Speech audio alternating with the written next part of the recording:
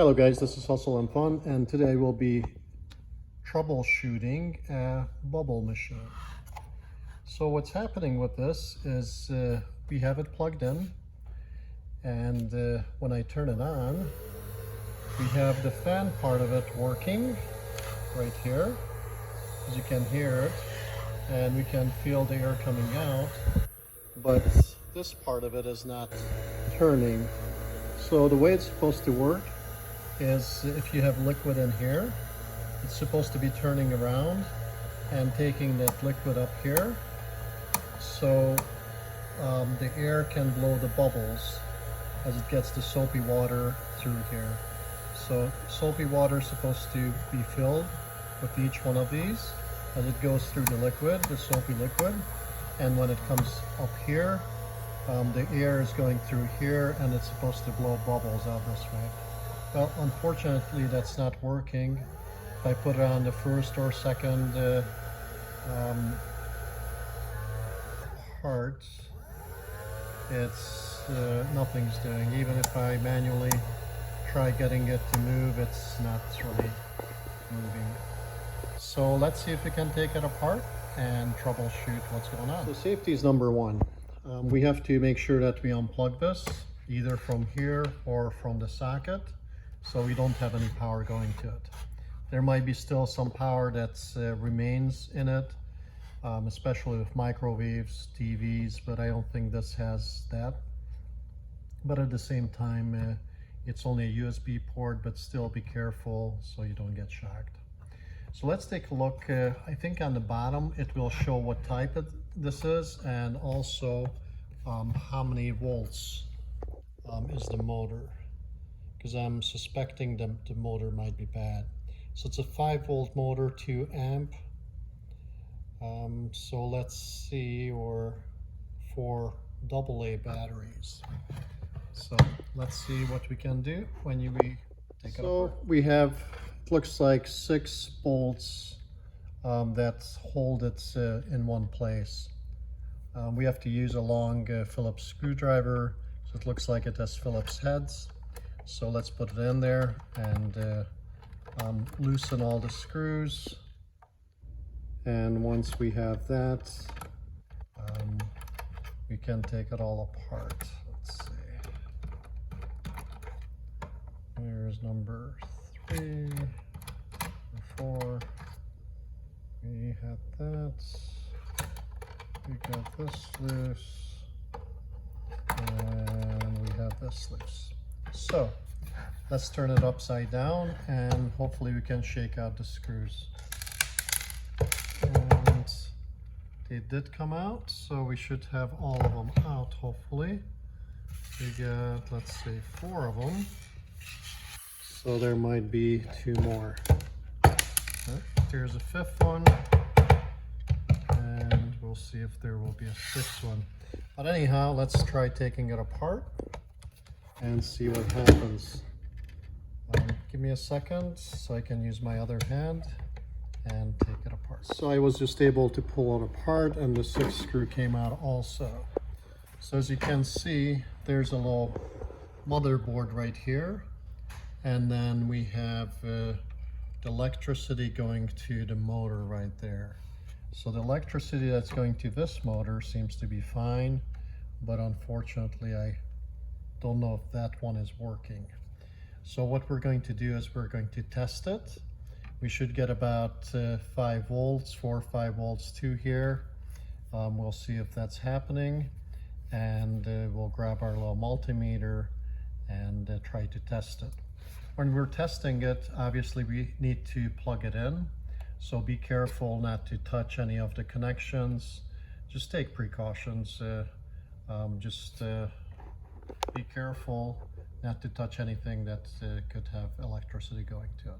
So it's time to take our handy dandy tester out. So what we want to do is set it to 9 volts.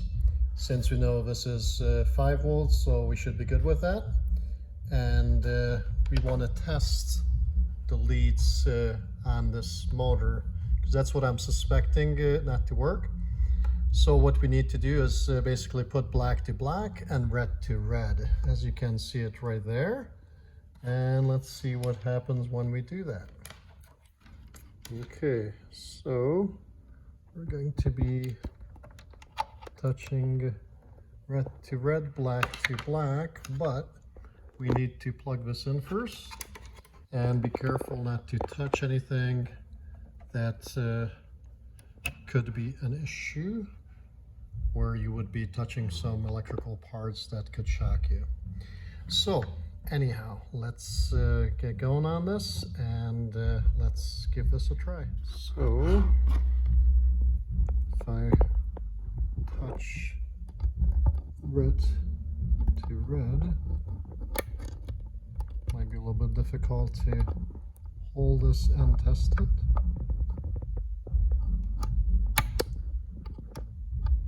Okay, I also need to turn this on the other side with a button, as you can see right here, and then turn it back over, and then you can touch the red to red, and then black to black. I think we're touching the red one correctly.